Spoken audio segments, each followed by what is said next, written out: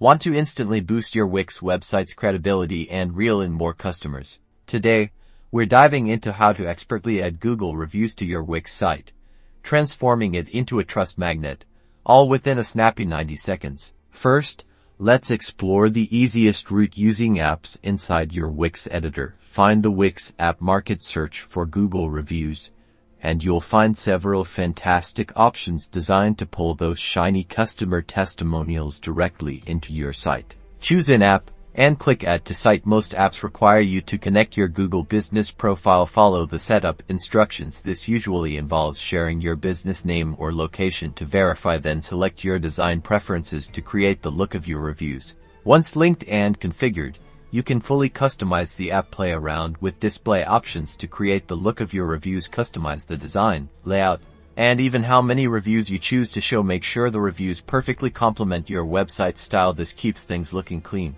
Now, let's talk about custom code lovers. This method takes a little more technical know-how. However, you can use third-party tools like Elfsight to create an embedding snippet.